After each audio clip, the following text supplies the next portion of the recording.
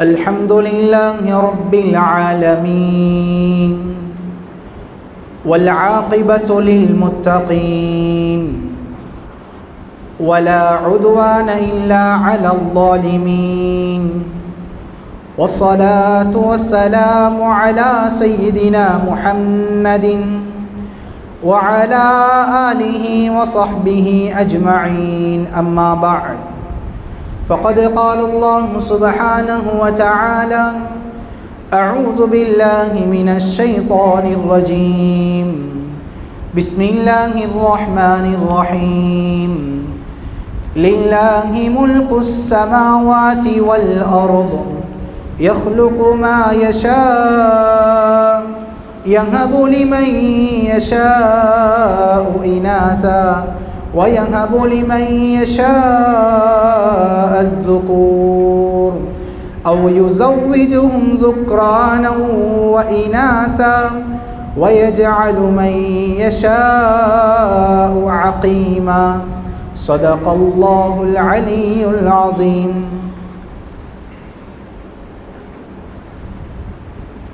وقال رسول الله صلى الله عليه وسلم من عال جاريتين حتى تبلغ جاء يوم القيامة أنا وهو كهاتين رواه مسلم أو كما قال عليه الصلاة والسلام وصدق رسول الله صلى الله عليه وسلم. அகில உலகங்களை படைத்து பரிபாலிக்கக்கூடிய அல்லாஹுக்கே எல்லா புகழும் அல்ஹம்துலில்லாஹ். சத்திய தூதர் சன்மார்க்க போதகர் இறுதி தூதர் முஹம்மதுர் ரசூலுல்லாஹ் ஸல்லல்லாஹு அலைஹி வஸல்லம் அவர்களின் மீதிலும் அன்னாரை வழி தொடர்ந்த உத்தம சஹாபாக்கள், தாபிஊன்கள், தபஉ தாபிஈன்கள், கியாமம் வரை வரக்கூடிய முஸ்லிம்கள் முஃமின்கள் அனைவரின் மீதிலும் அல்லாஹ்வின் ஸலாத்தும் ஸலாமும் என்றென்றும் உண்டாவதாக. இறையில்லமாம் மாளிகையில் இஅ்திகாஃபுடைய நியத்தோடு ஜும்ஆவுடைய கடமையை நிறைவேற்ற வந்திருக்கும் அல்லாஹ்வின் நல்லடியார்களே, இறைநேசர்களே, உலக வாழ்க்கையில் அல்லாஹ் சுப்ஹானஹு வ தஆலா எந்தெந்த விடயங்களை எல்லாம் எடுத்து நடக்கும்படி எனக்கும் உங்களுக்கும் கட்டளை பிறப்பித்துள்ளானோ அப்படியாப்பட்ட அனைத்து விடயங்களையும் வாழ்க்கையில் இயலுமானவரை முடிந்தவரை எடுத்து நடக்கும்படியும் எந்தெந்த விடயங்களை விட்டு தவிர்ந்து விலகி ஒதுங்கி நடக்குமாறு எனக்கும் உங்களுக்கும் விலக்கல் விடுத்தானோ வேண்டாம் என்று சொன்னானோ அப்படியாப்பட்ட அனைத்து விடயங்களை விட்டும் வாழ்க்கையில் முற்றும் முழுதாக விலகி ஒதுங்கி தவிர்ந்து நடக்குமாறு முதற்கண் அடியேனுக்கும் அப்பால் உங்களுக்கும் நான் வசியத்தும் நசீஹத்தும் செய்து கொள்கிறேன். கண்ணியமான அல்லாஹ்வின் நல்லடியார்களே, அன்பார்ந்த சகோதரர்களே, நண்பர்களே, ரப்புல் ஆலமீன் அல்லாஹ் சுப்ஹானஹு வ தஆலா மனிதர்களாகிய எங்களுக்கு ஏராளமான நிஅமத்துகளையும் ஏராளமான அருட்கொடைகளையும் ஏராளமான பாக்கியங்களையும் தந்திருக்கிறான். அல்ஹம்துலில்லாஹ். கண்ணியமானவர்களே, கொடுக்கப்பட்ட நிஅமத்துகளில், தரப்பட்ட பாக்கியங்களில், அருட்கொடைகளில் மிக முக்கியமான ஒரு நிஅமத்து தான் குழந்தை பாக்கியம். குழந்தை பாக்கியம். கண்ணியமான அல்லாஹ்வின் நல்லடியார்களே, அன்பார்ந்த சகோதரர்களே, நண்பர்களே, அல்லாஹ் குர்ஆனில் ஒரு ஆயத்தில் அல்லாஹ் விளங்கப்படுத்துகிறான், யஹபு லிமன் யஷாஉ இனாஸா வ யஹபு லிமன் யஷாஉ ஸுகூர். நாங்கள் நாடியவர்களுக்கு நாங்கள் பெண் குழந்தைகளை கொடுக்கிறோம், நாங்கள் நாடியவர்களுக்கு நாங்கள் ஆண் குழந்தைகளை கொடுக்கிறோம். கண்ணியமானவர்களே, அல்லாஹ்வின் நல்லடியார்களே, இந்த இடத்தில் இந்த ஆயத்தில் அல்லாஹ் பெண் குழந்தைகளை கொடுப்பதையும் ஆண் குழந்தைகளை கொடுப்பதையும் பற்றி பேசும் பொழுது அல்லாஹ் ஒரு வார்த்தையை பாவிக்கிறான், யஹபு லிமன் யஷா. ஹிபத், கிஃப்ட். ஹிபத் என்று சொன்னால் கண்ணியமானவர்களே, இது கிஃப்ட் என்று சொல்லுவோம். இது அல்லாஹ்வுடைய புறத்தால் கொடுக்கப்படக்கூடிய ஒரு அருட்கொடை. குழந்தை பாக்கியம் என்பது இது ஒரு கிஃப்ட், இது ஒரு அருட்கொடை.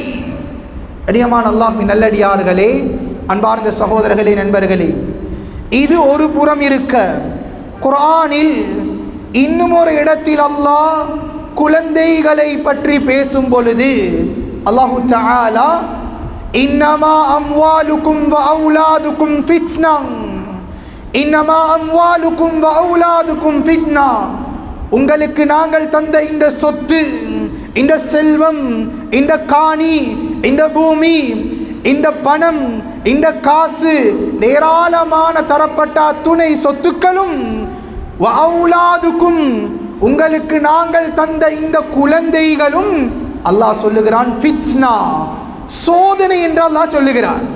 கண்ணியமானவர்களே, முதலாவது ஆயத்தில் அல்லாஹ் குழந்தைகளை பார்த்து சொல்லுகிறான் கிஃப்ட், அருட்கொடை. இன்னொரு ஆயத்தில் அல்லாஹ் சொல்லுகிறான் ஃபித்னா, இது உங்களுக்கு தரப்பட்ட ஒரு சோதனை என்று அல்லாஹ் சொல்லுகிறான். கண்ணியமான அல்லாஹ்வின் நல்லடியார்களே, உலமாக்கள் விளங்கப்படுத்துகிறார்கள், குழந்தைகளை அல்லாஹ் கொடுக்கும் பொழுது அது அருட்கொடையாகத்தான் அல்லாஹ் கொடுக்கிறான். எப்பொழுது என்ற சந்தர்ப்பத்தில் அந்த தாயும் தந்தையர்களும் அந்த குழந்தைகளை வளர்ப்பதை, அதை அந்த வளர்க்கக்கூடிய விதத்தில் வித்தியாசம் காட்டுகிறார்களோ, முறை தவறி வளர்க்கிறார்களோ, சரியான முறையில் வளர்க்காமல் பிழையான பாதைகளில் இட்டு செல்கிறார்களோ, இந்த நேரத்தில் அந்த குழந்தை, அந்த அருட்கொடை கண்ணியமானவர்களே அந்த தாய் தந்தையர்களுக்கு சோதனையாக அமையும். அந்த தாய் தந்தையர்களுக்கு சோதனையாக அமையும்.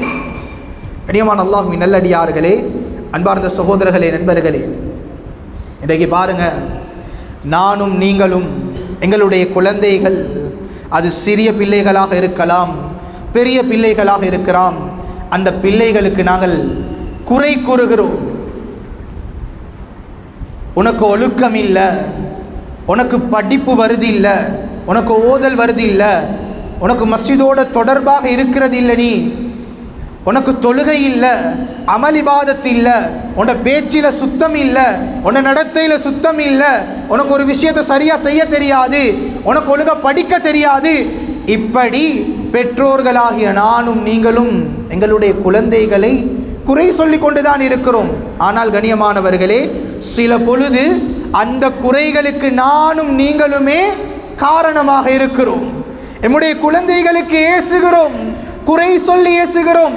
அந்த குறைகளுக்கு நானும் நீங்களும் சில பொழுது காரணமாக இருக்கிறோம். என்ன காரணம் கண்ணியமானவர்களே?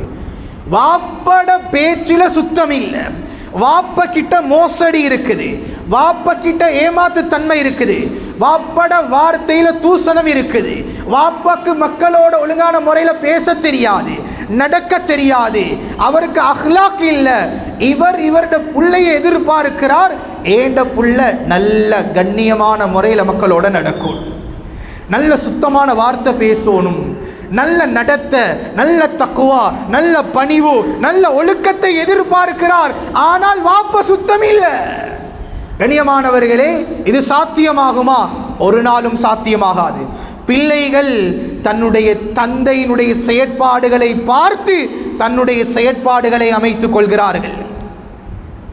கண்ணியமான அல்லாஹ்வின் நல்லடியார்களே, ஒரு தாயிடத்தில் பேச்சில சுத்தம் இல்லை, எல்லாத்திட குறைகளையும் பேசி திரிந்து கொண்டிருக்கிறாள். அவளுக்கு தொழுகை இல்லை, இபாதத் இல்லை, அவளுடைய எல்லா அன்றாட செயல்களும் மோசம். ஆனால் தன்னுடைய பிள்ளையை எதிர்பார்க்கிறாள், குழந்தையை எதிர்பார்க்கிறாள், ஃபாத்திமத்து ஸஹ்ராவை போன்று வளர வேண்டும், ஹதீஜா பின்த் ஹுவைலிதை போன்று இருக்க வேண்டும் என்று நினைக்கிறாள். சாத்தியமாகுமா? ஒரு நாளும் சாத்தியமாகாது. கண்ணியமானவர்களே, பிள்ளைகள் அவர்களுக்கு பேச தெரியாத வயதில் அவர்கள் பார்வையால் தன்னுடைய பெற்றோர்களை பார்த்து அந்த விடயங்களை கிரகிக்கிறார்கள். அந்த தாய் தந்தையர்களிடத்தில் இருக்கக்கூடிய செயற்பாடுகளை தன்னிடத்தில் அப்படியே எடுத்துக்கொள்கிறார்கள். கண்ணியமான அல்லாஹ்வின் நல்லடியார்களே, அன்பார்ந்த சகோதரர்களே, நண்பர்களே, இன்னைக்கு பாருங்க, அதிகமான இடத்துல நாங்கள் பார்த்திருக்கிறோம், வாப்பாக்கு தொழுகை இல்லை, மஸ்ஜிதோட தொடர்பு இல்லை. ஆனால் வாப்பா என்ன செய்வார் தெரியுமா? கட்டில் உருண்டு கொண்டு, சுபஹுடைய நேரத்தில் கட்டில் உருண்டு கொண்டு அவர் நெளிஞ்சு கொண்டு அவர் ஒரு சத்தம் போடுவார், மகன் தொழுக போங்க, மகன் மதரசாக்கு போங்க, மகன் தொழுற நேரம் வந்துட்டு அசான் சொல்லப்பட்டுட்டு நீங்கள் பள்ளிக்கு போங்கண்டு. வாப்பா அவர் நஜீஸோடு இருந்து கொண்டு, அவர் கட்டில் உருண்டு கொண்டு மகனை டீச் பண்ணுறாரு. கண்ணியமானவர்களே, மகன் வெளியே போவார், பயத்தோட போவார். அந்த பயத்தோட போய் வாப்பாக்கு சில பொழுது ஏசுவார். அவர் அந்த நேரம் அந்த தொழுகையை தொழுதாலும் அவருடைய வாழ்க்கையில் அந்த தொழுகை நிரந்தரமாக இருக்காது.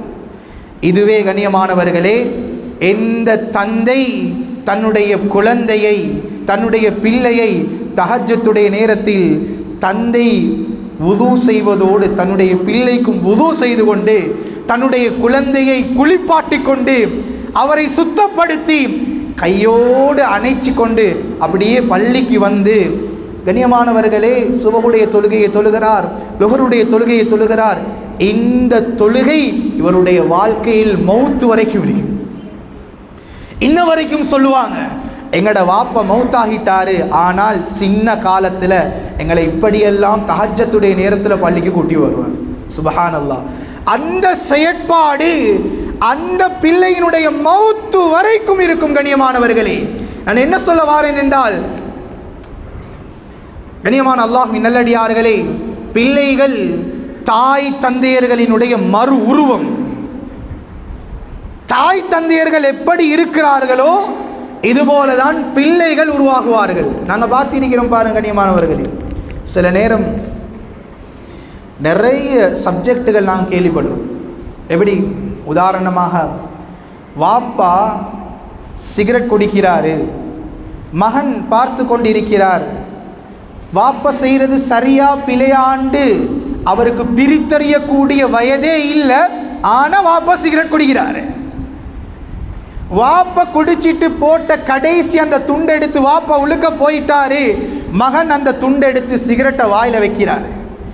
அவருக்கு அது சரியா பிழையாண்டு தெரியாது, ஆனால் வாப்பா செஞ்சாரு.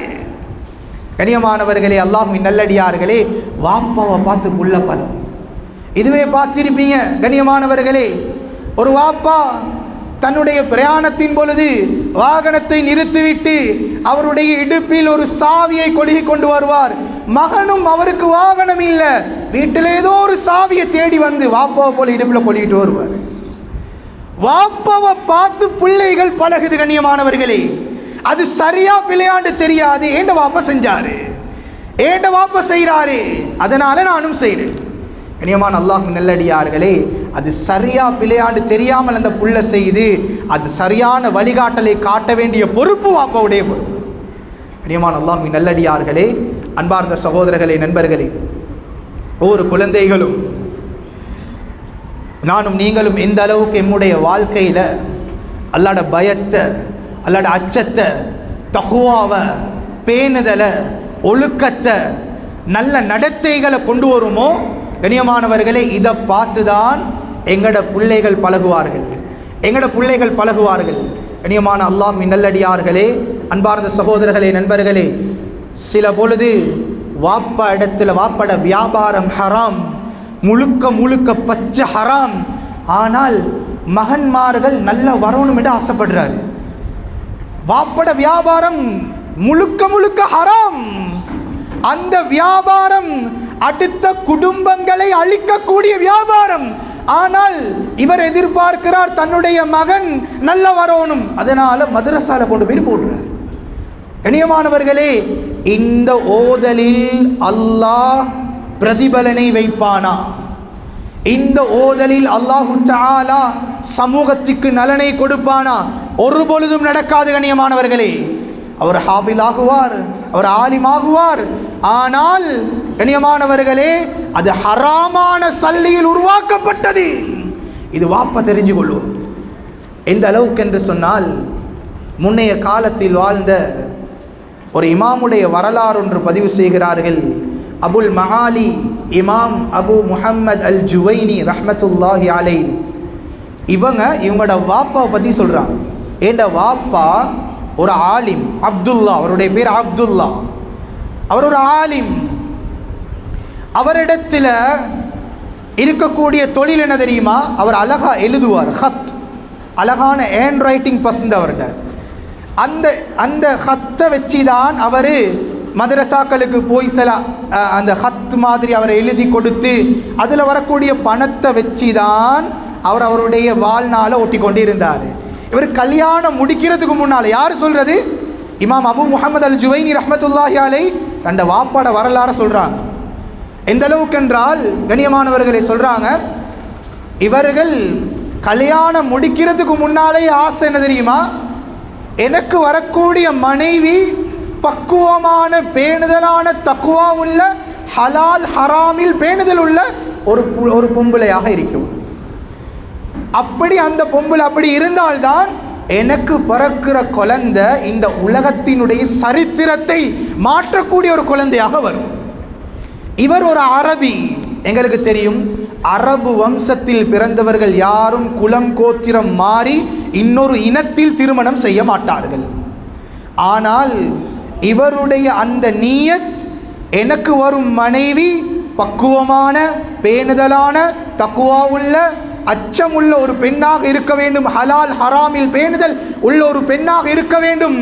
அப்படி என்று சொன்னால், அதனால் அப்படி இருந்தால்தான் எனக்கு பிறக்கக்கூடிய குழந்தை சாலிஹான பிள்ளையாக பிறக்கும். இவர் தேடினார், அரபு வம்சத்திலேயே அவர் தேடின அந்த புள்ள கிடைக்கல. இனம் கண்ணியமானவர்களே, அந்த குலம் கோத்திரம் மாறி வேறு இனத்தில் தேட ஆரம்பித்தார். கடைசியாக அவருக்கு கிடைத்தது ஒரு கருத்த நிற நீக்ரோ அடிமையான ஒரு பெண் தான் அவருக்கு கிடைத்தார். அந்த பெண்மணியை திருமணம் முடித்தார். அந்த பெண்மணியை திருமணம் முடித்து அந்த பெண்மணி இடத்துல முதலாக அவருடைய முதல் இரவில் சொன்ன வார்த்தை என்ன தெரியுமா, என் மிக முக்கியமான நோக்கம் எனக்கு கிடைக்கக்கூடிய குழந்தை சாலிஹான பிள்ளையாக கிடைக்கணும், அதனால தான் பக்குவமான பேணுதலுள்ள உன்னை நான் தேர்ந்தெடுத்தேன். முதலாவது நீ பேண வேண்டிய சில விஷயங்கள் இருக்குது, எனக்கு நீ அதில் எனக்கும் ரப்புக்கும் நீ மாற்றம் செய்யக்கூடாது. அவர் சொன்ன முதலாவது வார்த்தை என்ன தெரியுமா, ஹலால் ஹராத்தில் பேணுதல் உள்ளவளாக நீ மௌத்து வரைக்கும் இருக்கும். நான் கொண்டு வந்து தார சாப்பாடை தவிர நீ வேறு எந்த ஒரு சாப்பாடையும் சாப்பிடக்கூடாது. நான் ஹலாலாக சம்பாரித்து தான் கொண்டு வருவேன், என்னுடைய சாப்பாட்டை தவிர வேறு எந்த ஒரு சாப்பாடையும் நீ சாப்பிடக்கூடாது. கண்ணியமான அல்லாஹ்வின் நல்லடியார்களே, அந்த நேரத்தில் அவர்களுக்கு ஒரு குழந்தை கிடைக்கிது. அதுக்கு பின்னால் அந்த குழந்தை தான் அபு முஹம்மது அல் ஜுவைனி ரஹ்மத்துல்லாஹி அலைஹி அவர்கள். சின்ன புள்ள, தாய் வெளியே சென்று விட்டால் ஒரு தேவைக்காக வேண்டி இந்த குழந்தை பசியின் காரணமாக அழ ஆரம்பிக்குது. அந்த நேரத்தில் அடுத்த வீட்டில் இருந்த இன்னொரு கருத்த நீக்ரோ அடிமையான ஒரு பெண்மணி, அவள் வந்து இந்த குழந்தையினுடைய தாயை தேடுகிறாள், கிடைக்கவில்லை. அவளும் ஒரு பால் கொடுக்கக்கூடிய ஒரு தாய், அவளும் என்ன செஞ்சால், தன்னுடைய மார்பகத்தை வைத்து பால் கொடுக்க ஆரம்பித்தாள். கண்ணியமான அல்லாஹ்வின் நல்லடியார்களே, அந்த நேரத்தில் இமாம் ஜுவைனி ரஹ்மத்துல்லாஹி அலைஹி அவர்களுடைய தந்தை இந்த வீட்டுக்கு வருகிறார்.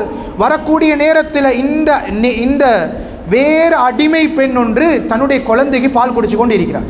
உடனே குழந்தையை தூக்கினாங்க. அந்த குழந்தையினுடைய வாயில விரலை போட்டு அந்த குழந்தையை சத்தி எடுக்க வச்சாங்க. அவர் சொன்ன வார்த்தை என்ன தெரியுமா, ஹலால் ஹராமில் பேணுதல் உள்ளவராக நீ இருக்க வேண்டும், இந்த பிள்ளையுடைய வயிற்றில் ஹராம் சேரக்கூடாது. உலமாக்கள் எழுதுறாங்க, இவர் சொன்ன வார்த்தை என்ன தெரியுமா, ஒரு அடிமை பெண், அவளே அவளுக்கு சொந்தம் இல்லை, அவள் சந்தையில் விற்கப்படக்கூடிய ஒரு பொருளை போன்றவள் தான் அடிமை பெண், அவளே அவளுக்கு சொந்தம் இல்லை.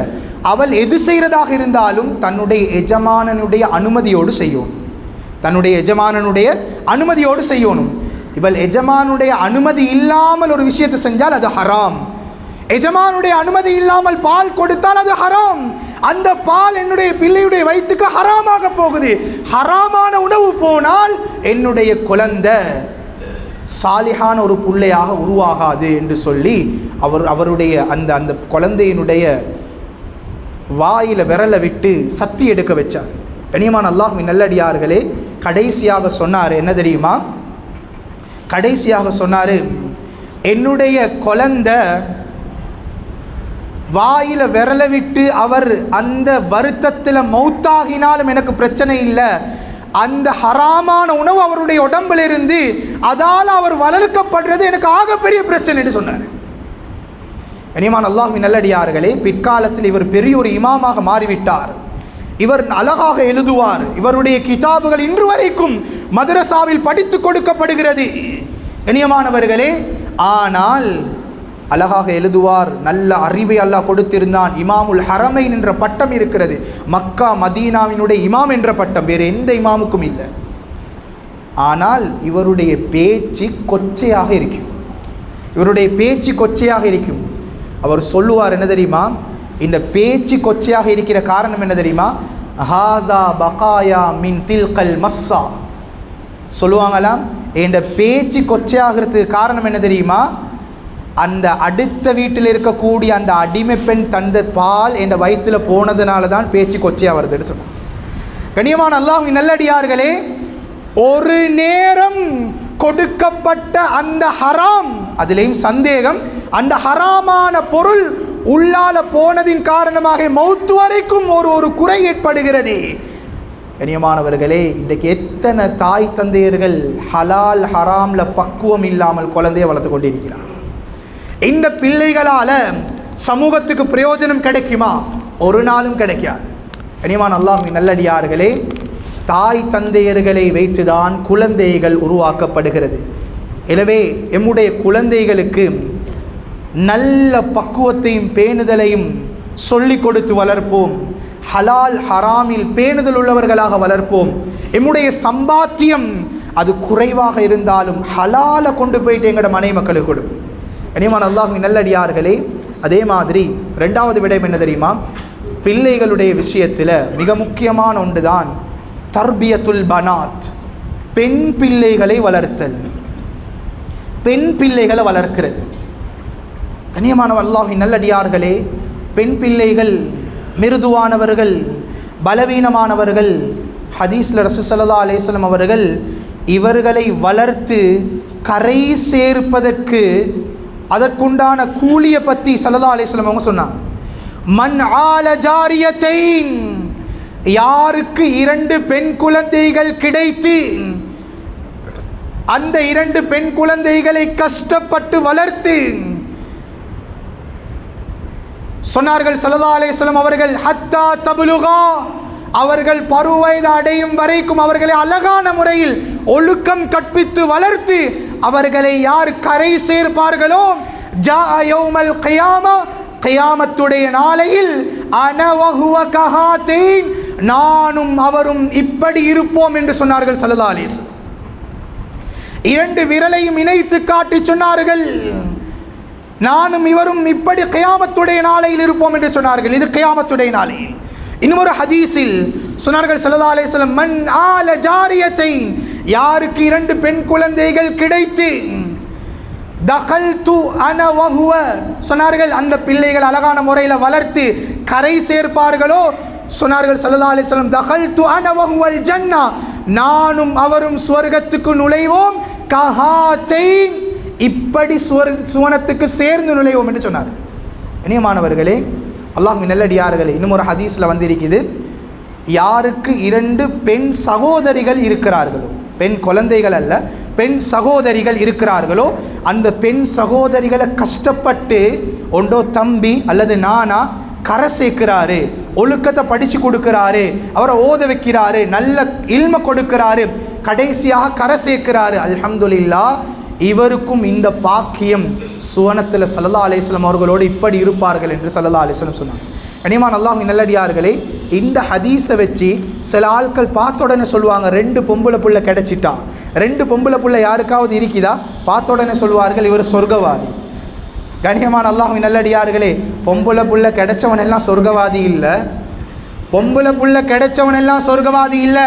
அந்த பொம்பளை பிள்ளைகளை வளர்க்கணும், அந்த பொம்பளை பிள்ளைகளை கஷ்டப்பட்டு வளர்த்து அவர்களுக்கு ஒழுக்கம் கற்பித்து இல்மை படித்து கொடுத்து குர்ஆனை கொடுத்து ஹதீஸை கொடுத்து அந்த பிள்ளைகளை கரை சேர்க்கிறவருக்கு தான் ஸல்லல்லாஹு அலைஹி வஸல்லம் அவர்கள் இந்த பாக்கியத்தை சொன்னாங்க. இன்றைக்கு சில ஆட்கள் இருக்கிறாங்க, சொல்லுவாங்க, எனக்கு 2 பொம்பளை புள்ள, எனக்கு 3 பொம்பளை புள்ள, எனக்கு 5 பொம்பளை புள்ள, ஆனால் அந்த பொம்பளை பிள்ளைகள் என்ன செய்துன்னு தெரியாது, எங்கே போகுதுன்னு தெரியாது, என்ன படிக்குதுன்னு தெரியாது, எத்தனை வயசுன்னு கேட்டாலும் தெரியாது, அந்த புள்ள சாப்பிட்டதா குடிச்சதா அந்த புள்ள படிக்குதா ஒன்றுமே தெரியாது. இவர் சொல்றாரு, நான் சொர்க்கவாதி. கண்ணியமான அல்லாஹ்வின் நல்லடியார்களே, மடமைத்தனம், மடத்தனம், பெண் பிள்ளைகளை பெற்றவர்கள் எல்லாம் சொர்க்கவாதிகள் என்றால் இன்றைக்கு உலகத்தில் 3/4 பேர் சொர்க்கவாசியாக இருப்பார். கனிமான அல்லாஹ்வின் நல்லடியார்களே, மன் ஆல ஜாரியத்தைன், 2 பெண் குழந்தைகள் கிடைத்து அவர்களை கஷ்டப்பட்டு வளர்த்து ஹத்தா தபுலுகா, அவருக்கு இல்மை கற்றுக் கொடுத்து, ஒழுக்கத்தை கற்றுக் கொடுத்து, மார்க்கத்தை கற்றுக் கொடுத்து, அழகான இடத்தில் ஒரு ஆணிடத்தில் அழகான ஒரு வாழ்க்கையை கொடுப்பாரோ ஸல்லல்லாஹு அலைஹி வஸல்லம் அவருக்கு தான் இந்த பாக்கியத்தை சொன்னார். எனவே கண்ணியமான அல்லாஹ்வின் நல்லடியார்களே, அன்பார்ந்த சகோதரர்களே, நண்பர்களே, பெண் பிள்ளைகளுடைய விஷயத்தில் மிக முக்கியமான கரிசனை காட்டும். தர்பியத்துல் அவுலாத் என்ற தலையங்கம், பிள்ளை வளர்ப்பு என்ற தலையங்கம், அது 30 நிமிஷத்தில் 40 நிமிஷத்தில் பேசி முடிக்கக்கூடிய ஒரு தலையங்கம் அல்ல. இப்பொழுது இவ்வளோ நேரமும் கண்ணியமானவர்களே சுருக்கமாக 2 சப்ஜெக்ட் தான் சொன்னேன். கண்ணியமான அல்லாஹ்வின் நல்லடியார்களே, ஏராளமான சப்ஜெக்டுகள் இருக்குது. அதில் மிக முக்கியமான ஒன்று தான் எங்களோட பிள்ளைகள், அது ஆண் பிள்ளைகளாக இருக்கலாம், பெண் பிள்ளைகளாக இருக்கலாம், வீட்டுக்குள்ளாலேயே மூடி வச்சு வளர்க்க முடியாது. ஒரு கட்டம் வரும், ஒரு வயசு வரும், அந்த பிள்ளைகள் வெளி சூழலுக்கு பழக வேண்டிய, வெளி சூழல்களுக்கு, வெளி ஆட்களுக்கு பழக வேண்டிய ஒரு கட்டம் ஒன்று வரும். அந்த பிள்ளைகள் படிக்கிறதுக்கு வெளியே போகலாம், ஓதுறதுக்கு வெளியே போகலாம். கண்ணியமானவர்களே, இவ்வளவு காலம் வீட்டில் வளர்ந்த பிள்ளை கண்ணியமானவர்களே இப்போ வெளியே போகுது, இப்போ படித்து கொடுக்க போகுது, இப்போ படிக்க போகுது, வெளி சூழலுக்கு வேலைக்கு போகுது. கண்ணியமான அல்லாஹ்வின் நல்லடியார்களே, இந்த நேரத்தில் எங்கட பெண் பிள்ளைகளாக இருக்கலாம், ஆண் பிள்ளைகளாக இருக்கலாம், அவர்களுக்கு நானும் நீங்களும் சொல்லிக் கொடுக்க வேண்டிய மிக முக்கியமான ஒரு விடயம் என்ன தெரியுமா? நன்றாக கேட்டுக்கொள்வோம். கண்ணியமானவர்களே, வெளியில் போனதோட முதலாவது இவர்களுக்கு வந்து சேரக்கூடிய ஒரு விடயம் தான் நண்பர்கள். ஆண் பிள்ளைகளாக இருக்கலாம், பெண் பிள்ளைகளாக இருக்கலாம், நண்பர்களை சரியான முறையில் தேர்ந்தெடுத்து கொள்ள அவர்களுக்கு வழிகாட்டல் சொல்லிக் கொடுக்கப்பட வேண்டும். இமாமுனா கஸ்ஸாலி ரஹ்மத்துல்லாஹி அலைஹி அவர்கள் சொல்லுகிறார்கள், ஒரு நண்பனை தேர்ந்தெடுக்கக்கூடிய விடயங்கள் 5 இருக்குது. 5 விடயங்களை வைத்து ஒரு நண்பனை தேர்ந்தெடுக்க வேண்டும். அந்த 5இல் ஒரு விடயம் இல்லாவிட்டாலும் அந்த மனிதனை, அந்த ஆணையோ, ஒரு ஆண் ஒரு ஆணை அல்லது ஒரு பெண்ணை நண்பனாக எடுத்துக்கொள்ள முடியாது. முதலாவது சொல்லுகிறார்கள், ஒரு புள்ள இன்னொருத்தரை நண்பராக எடுத்துக்கொள்ளணும் என்றால் ஒரு ஆம்பளையை நண்பராக எடுத்துக்கொள்கிறார். தவறாக விளங்கவானாம். இன்றைக்கி நினைக்கிறது பேசக்கூடிய நேரத்தில் அவர் வித்தியாசமாக சொல்கிறார், வித்தியாசமாக சொல்லலை. ஒரு ஆணை நண்பனாக எடுத்துக்கொள்கிறார். ஒரு பெண் பிள்ளையை நண்பியாக எடுத்துக்கொள்கிறார். இந்த விடயத்தில் மிக முக்கியமான விஷயம் என்ன தெரியுமா? 5 தன்மைகள் இருக்குதான்னு பார்க்கணும். முதலாவது, நான் யாரை நண்பராக தேர்ந்தெடுக்க இருக்கிறேனோ அவர்கிட்ட மார்க்கம் இருக்குதான்னு பார்க்கணும். கண்ணியமானவர்களே, அவர் தொழுறவரா, 5 நேரம் தொழக்கூடியவரா, அவருக்கு குர்ஆனோட தொடர்பு இருக்குதா, மார்க்கத்தில் எந்த அளவு அவர் இருக்கிறாரு, ஹராம் ஹலாலில் பேணுதல் இருக்குதா, பக்குவம் இருக்குதா, மஸ்ஜிதோட தொடர்பாக இருக்கிறாரா, இதெல்லாம் பார்த்து தான் முதலாவது தன்மையை பூர்த்தி செய்ய வேண்டும். கண்ணியமானவர்களே, அவரிடத்தில் தொழுகை இல்லை, அவரிடத்தில் மஸ்ஜிதோட தொடர்பு இல்லை, அவர் பொடுப்போக்காக இருக்கிறாரு, அவருக்கு தொழுகையில் கணக்கு இல்லை, அசான் சொல்லுது வெளியே விளாண்டு கொண்டு இருக்கிறார். இப்படி இருந்தால் நண்பனாக தேர்ந்தெடுத்து கொள்ள வேண்டிய தன்மைகளில் முதல் தன்மை அவர்கிட்ட இல்லை. கண்ணியமான அல்லாஹ்வின் நல்லடியார்களே, 2வது இமாமுனா கஸ்ஸாலி ரஹ்மத்துல்லாஹி அலைஹி அவர்கள் சொல்கிறாங்க, ஒரு மனிதனை, ஒரு ஆண் இன்னொரு ஆணை, ஒரு பெண் இன்னொரு பெண்ணை நண்பனாக எடுத்துக்கொள்வதாக இருந்தால் 2வது தன்மை பார்க்கணும், அவரிடத்தில் நல்ல குணம் இருக்குதான்னு பார்க்கணும்.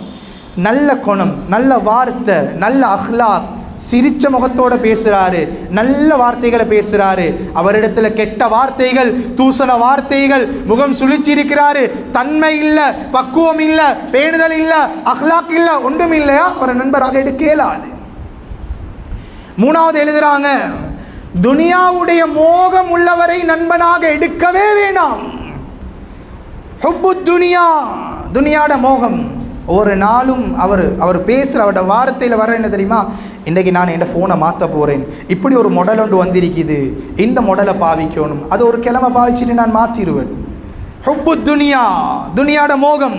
இல்லாட்டி இவருடைய அவரோட ஸ்டேட்டஸை பற்றி அதிகமாக பேசுவார். நான் இது மட்டும் தான் பாவிப்பேன், நான் ஒரு தடவை பாவிச்சுட்டு விட்டுருவேன். இப்படி இவருடைய அந்த துனியாட மோகத்தை வச்சு யாராவது ஒரு மனிதர் இப்படி பெருமை பாராட்டி பேசிக்கொண்டே இருக்கிறாரா, இமாமுனா கஸ்ஸாலி ரஹ்மத்துல்லாஹி அலைஹி அவர்கள் சொல்லுகிறார்கள், இவரை நண்பராக எடுத்துக்கொள்ள வேண்டாம்.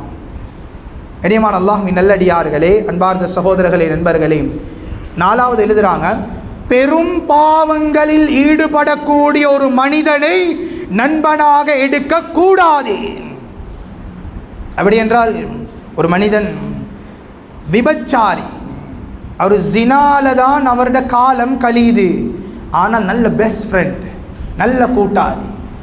ஆனால் இவருடைய தன்மை பெரும் பாவம்.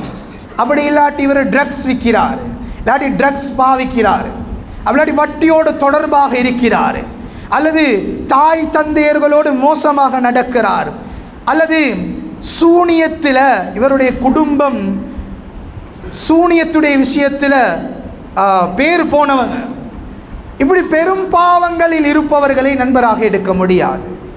கண்ணியமான அல்லாஹ்வின் நல்லடியார்களே, 5வது எழுதுறாங்க, கேலிக்கும் பொய் பேசாதவராக இருக்கும். அப்போ கேட்பீங்க, ஹஸ்ரத் இந்த உலகத்தில் யாரும் இல்லை, அப்போ நாங்கள் யாரை தான் நண்பராக எடுக்கிறது? கேலிக்கும் பொய் பேசக்கூடாது என்றால் கடைசி தன்மை இது எல்லாத்துக்கிட்டையும் இருக்குமே என்று கேட்டால், கண்ணியமான அல்லாஹ்வின் நல்லடியார்களே, இமாமுனா கஸ்ஸாலி ரஹ்மத்துல்லாஹி அலைஹி அவர்கள் சொல்லுகிறார்கள், வைலுல் லில்லதி யுஹத்திஸு பில் ஹதீஸ் லியுத்ஹிக பிஹில் கௌம் ஃபயக்ஸிபு வைலுல் லஹு சொன்னார்கள் ஸல்லல்லாஹு அலைஹி வஸல்லம் அவர்கள், யார் ஒரு மனிதன் அடுத்த மனிதரை சிரிப்பூட்டுவதற்காக வேண்டி ஒரு மனிதனை இழிவாக பேசி அவரிடத்தில் இல்லாத பொய் விடயங்களை சொல்லி அடுத்தவனை சிரிப்பூட்டுவதற்காக வேண்டி ஒரு வார்த்தையை சொல்லுவாரோ, வைலுல்லஹு வைலுல்லஹு, அவருக்கு நாசம் உண்டாகட்டும், அவருக்கு கேடு உண்டாகட்டும். சில ஹதீஸ்களில் வந்திருக்கிறது, வயல் என்றால் நரகம் அவருக்கு கிடைக்கட்டும். இனியமான அல்லாஹ்வின் நல்லடியார்களே, ஸல்லல்லாஹு அலைஹி வஸல்லம் அவர்களிடத்தில் கேட்கப்பட்ட நேரம், ஒரு முஃமின் இப்படி இருப்பானா அப்படி இருப்பானா என்று கேட்கப்பட்ட நேரம் கடைசியாக சொன்னார்கள், ஒரு முஃமின் எப்படியும் இருப்பான், ஆனால் பொய் மட்டும் பேச மாட்டான். ஒரு முஃமின் பொய் மட்டும் பேச மாட்டான். கண்ணியமான அல்லாஹ்வின் நல்லடியார்களே, அன்பார்ந்த சகோதரர்களே, நண்பர்களே, இந்த தன்மையை அல்லாஹ் நம் அனைவருக்கும் தருவானாக. பொய் பேசாத இந்த தன்மையை வாழ்க்கையில் எடுத்து நடப்பதற்கு அல்லாஹ் தஆலா அருள்பாலிப்பானாக. கண்ணியமான அல்லாஹ்வின் நல்லடியார்களே, இந்த 5 தன்மைகள் யாரிடத்தில் இருக்கிறதோ அவரை நீ நண்பராக எடுத்துக்கொள். கண்ணியமானவர்களே, எங்கட பிள்ளை வெளியே போகக்கூடிய புள்ள இந்த 5 தன்மை உள்ள ஒத்தர நண்பராக எடுத்துக்கொண்டால் இன்ஷா அல்லாஹ் அவரும் மார்க்கம் உள்ளவராக மாறுவார், அவரும் நற்குணம் உள்ளவராக மாறுவார், அவரும் துனியாவுடைய மோகம் இல்லாதவராக மாறுவார், அவரும் பெரும் பாவங்களிலிருந்து ஒதுக்கப்பட்டவராக மாறுவார், அவரும் கேலிக்கும் பொய் சொல்லாதவராக மாறுவார். எனவே கண்ணியமான அல்லாஹ்வின் நல்லடியார்களே, தர்பியத்துல் அவுலாத், பிள்ளை வளர்ப்பு என்ற பாடம் இது மிக முக்கியமான தலையங்கம். இமாம்கள் பெரும் பெரும் கிதாபுகள், கிரந்தங்கள் எழுதியிருக்கிறார்கள். தர்பியத்துல் அவுலாத் என்று மிகப்பெரிய ஒரு 2 ஜில்த், 2 வால்யூம், 2 பாகம் கொண்ட கிதாப் இருக்குது. அதிகமாக பேசுகிறார்கள். புள்ள பிறந்ததிலிருந்து, பேர் வைக்கிறதிலிருந்து, அந்த புள்ள மௌத்தாகிற வரைக்கும் அந்த புள்ளை எப்படி வளர்க்கணும் என்றதை பற்றி பேசுகிறாங்க. இனிமான அல்லாஹ்வின் நல்லடியார்களே, இந்த 30 நிமிஷம் 40 நிமிஷத்தில் இது அனைத்தையும் சொல்லி முடிக்க முடியாது. எனவே ஒரு சில விடயங்களை நான் தொட்டி காட்டியிருக்கிறேன். எனவே இந்த விடயங்களை வாழ்க்கையில் எடுத்து நடப்பதற்கு எல்லாம் வல்ல அல்லாஹ் எனக்கும் உங்களுக்கும் அருள் பாலிப்பானாக. பாவங்களை மன்னிச்சிடியா அல்லாஹ், குற்றங்களை மன்னிச்சிடியா அல்லாஹ், தப்பு தவறுகளை மன்னிச்சிடியா அல்லாஹ். இரக்கமுள்ள ரப்பே, சங்கையான ரப்பே, யா அல்லாஹ் எங்களோட உம்மா வாப்பா ஸ்ரீதேவிகளை மன்னிச்சிடியா அல்லாஹ். யா அல்லாஹ் எங்களோட உஸ்தாத்மார்களுடைய பாவங்களை மன்னிச்சிடியா அல்லாஹ். யா அல்லாஹ், இந்த குத்துபாவில் பேசப்பட்ட பிள்ளை வளர்ப்பு என்ற இந்த தலையங்கத்தில் சொல்லப்பட்ட எல்லா விடயங்களையும் வாழ்க்கையில் எடுத்து நடப்பதற்கு அருள் பாலிப்பாயாக. இந்த துஆவை கபூல் செய்வாயாக. வ ஆகிரு தஅவானா அல்ஹம்துலில்லாஹி ரப்பி